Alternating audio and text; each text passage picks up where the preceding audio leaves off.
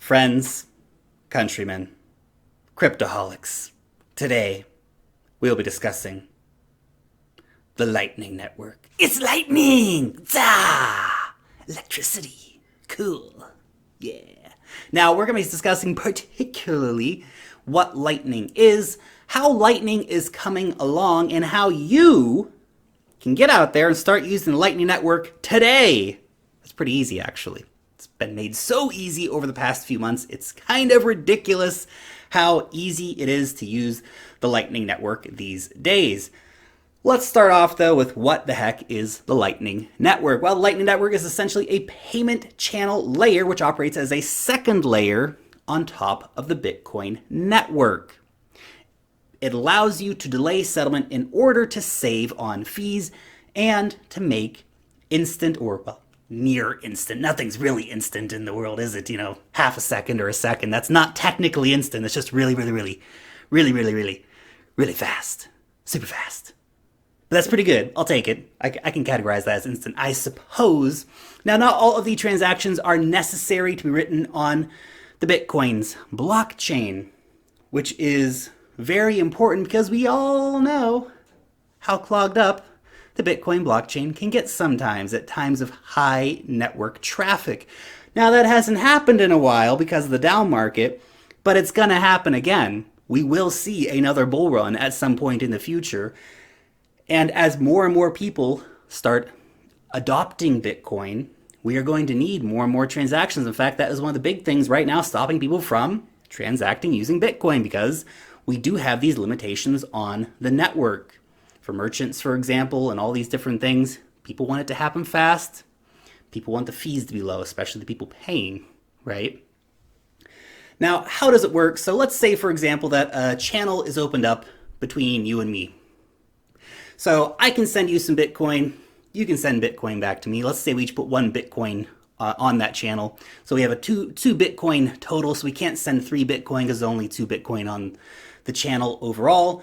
But we can send that back and forth basically as much as we want, incurring no or extremely minimal fees.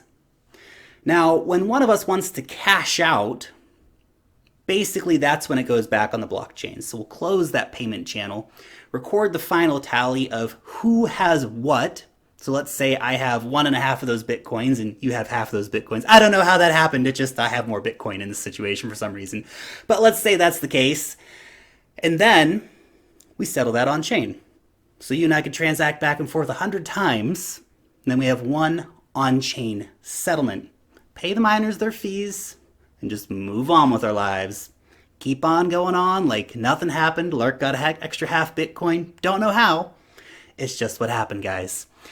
Now, having these connections between channels allows you to send and receive between a wider network, because the idea here is that you and I transact, and well, that's great. But there's a lot more people in the world than just you and I, or Bob and Sally, or Tom and Jane. There are a lot of people, and when we start looking around, we need the Lightning Network to be more than just being bi-directional between 2 parties. This network can work between many different players. I can transact with anyone in the world via indirect channel routing, where there can be multiple nodes and channels in between. I just need a route or a network of nodes that let me connect or reach each recipient in that network. So let's just say, for example, that I want to purchase a coffee down at my local shop. Well, that can be done via me knowing you, who knows John, who knows Fred, whose business has a channel open with the coffee shop, for example. And so this network allows for transactions to reach a much wider range of people outside of just you and me. So again, the payment channels are not bi-directional. They can be done between many different players. Now, keeping this in mind, Bitcoin can essentially move around the Lightning Network for a very, very long time without needing to cash out. Because if I can give money to you in my coffee shop, in my pizza guy, and maybe not my landlord, maybe it's bigger than the payment might be, but different people, then I might not need to cash that Bitcoin out. I get some Bitcoin, I spend it, I get some Bitcoin, I spend it, pass it on, moves around the network. So there is that. So the need to continually cash out, which you might have with more static bidirectional channels, is greatly diminished. Now you do have to keep in mind though, if the counterparty is malicious, so let's say I'm sending the money to the guy at the coffee shop, but your friend John, who we're routing through, is a bad guy. Well, then the funds are actually refunded back to my wallet within a time limit. So this is done via a technology called hash time lock contract. Now, Lightning Network largely solves Bitcoin's scalability issues. In fact, it makes scalability possible. Bitcoin, of course, famously only having around 7 transactions per second, is dinosaur in its transactions per second. Remember, players like Visa, they do 2,000 transactions per second, and they've had their network tested up to 56,000 transactions per second, which is a lot of transactions per second when you compare it to 7.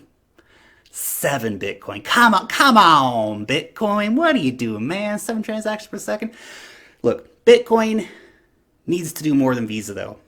And that's the thing that I know we get caught up a lot in the, yeah, but we gotta, be as good or better than Visa.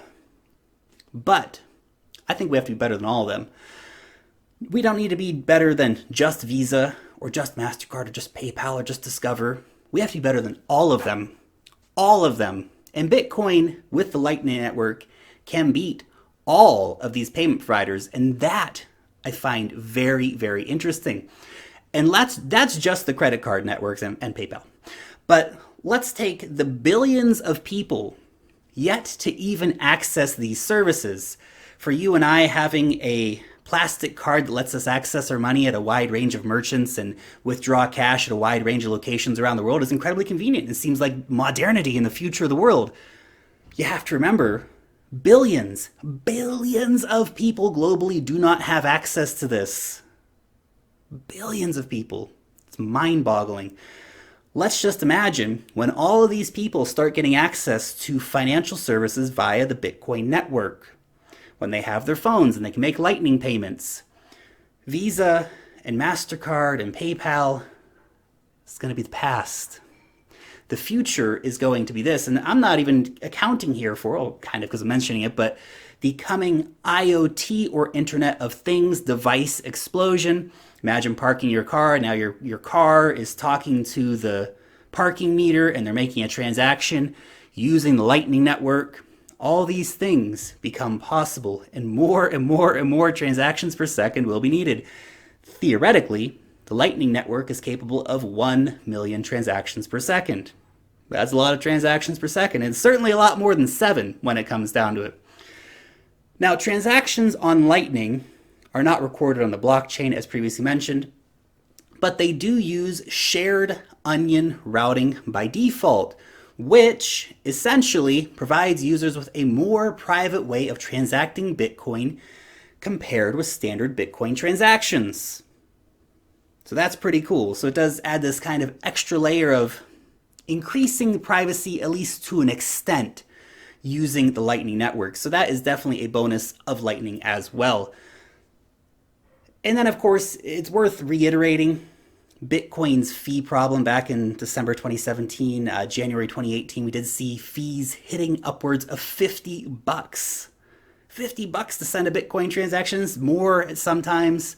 I remember looking at my Exodus one time and it was like $75 or $80, and I was like, I'm gonna wait. I don't need to send Bitcoin right now. But sometimes you do need to send Bitcoin, and a lot of people did have to pay those fees.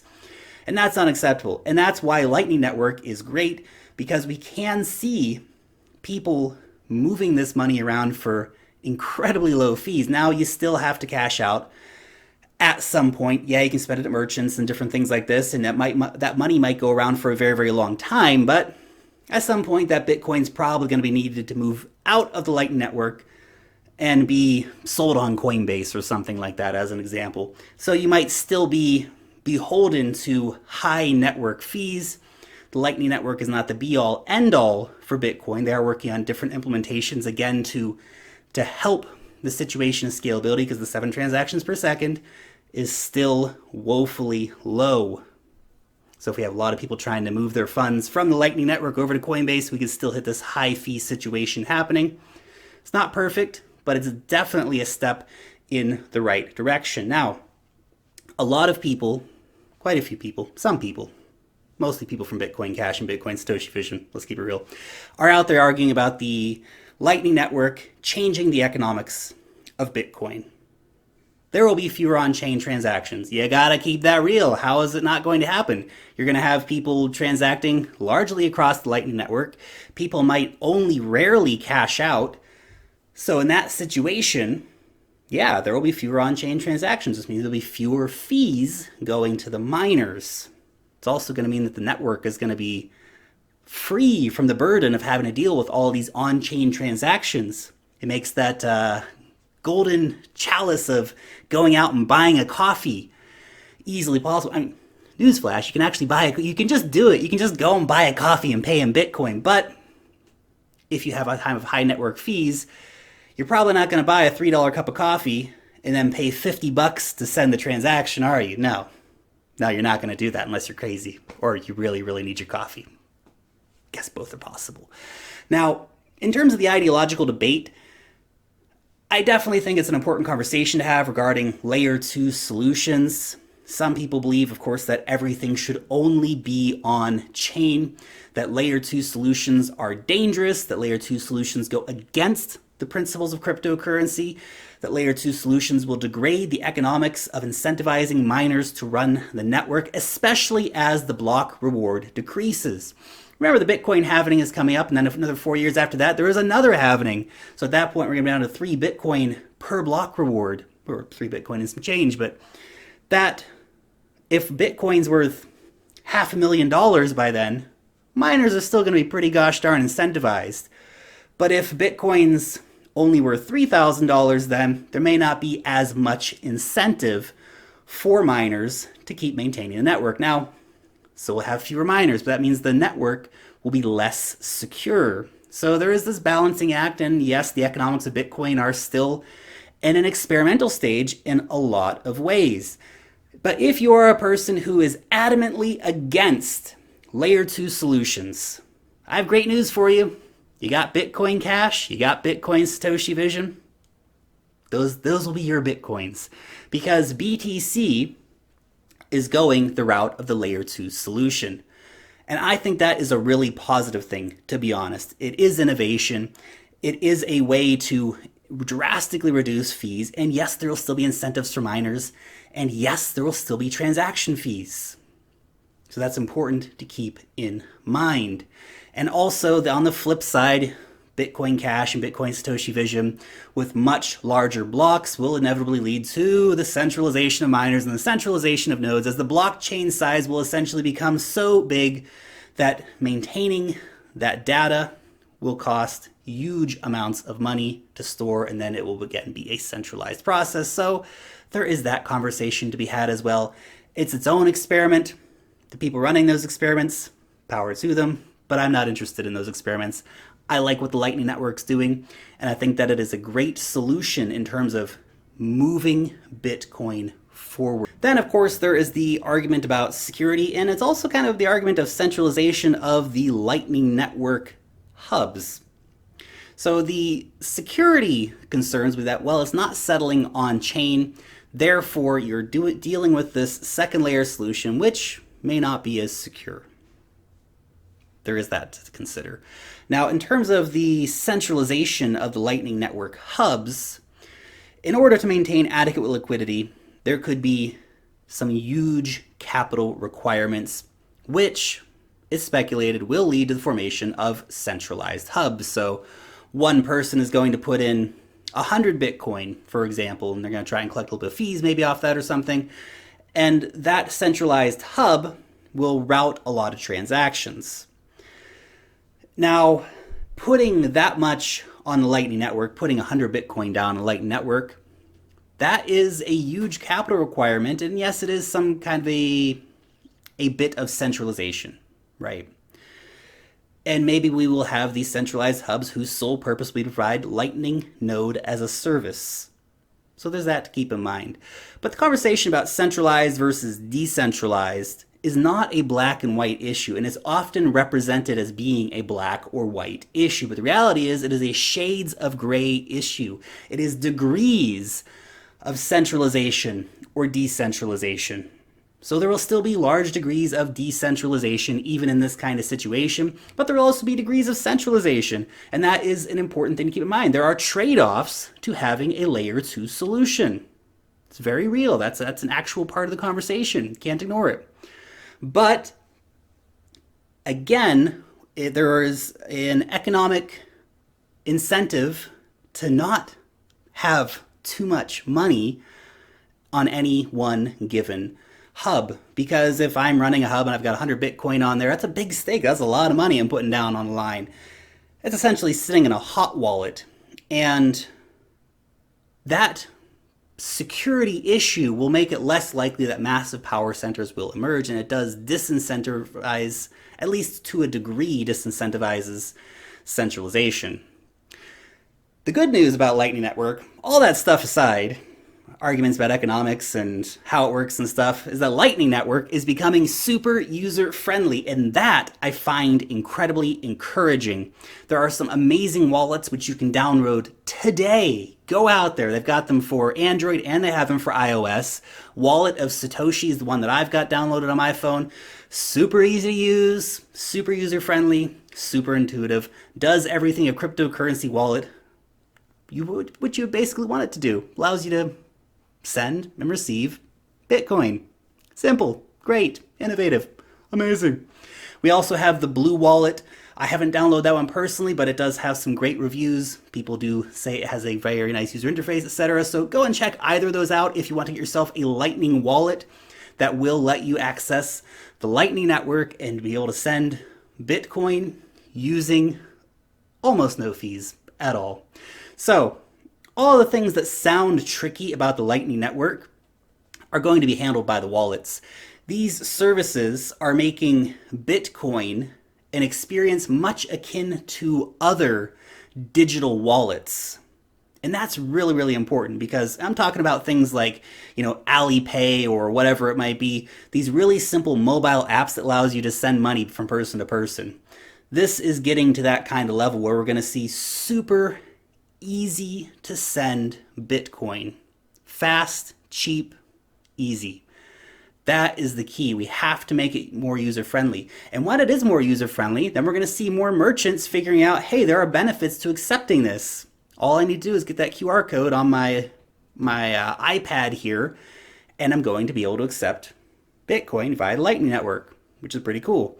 Then we have tippin.me. Now this is also making it easy to send Lightning payments. So there's a lot of infrastructure being built out right now for the Lightning Network. We also had the Lightning Torch Relay going around Twitter. This has been a great bit of PR for the Lightning Network, because we had Jack Dorsey, the CEO of Twitter, pick that torch up and participate in the Bitcoin Lightning Network. And there are rumors that we may indeed see the Lightning Network coming to Jack Dorsey's Cash App soon. If that happened, that would be, again, a game-changing event in terms of momentum for the Lightning Network. We also have dApps, well, not actually dApps, but LApps, Lightning apps. So this are different apps that are being built using the Lightning Network. So we have things like being able to send messages into space using Blockstream satellite. We have games, we have gambling. Of course, we have gambling. Gambling's always out there. It's like one of the big ones when it comes down to cryptocurrencies is decentralized gambling. Yeah!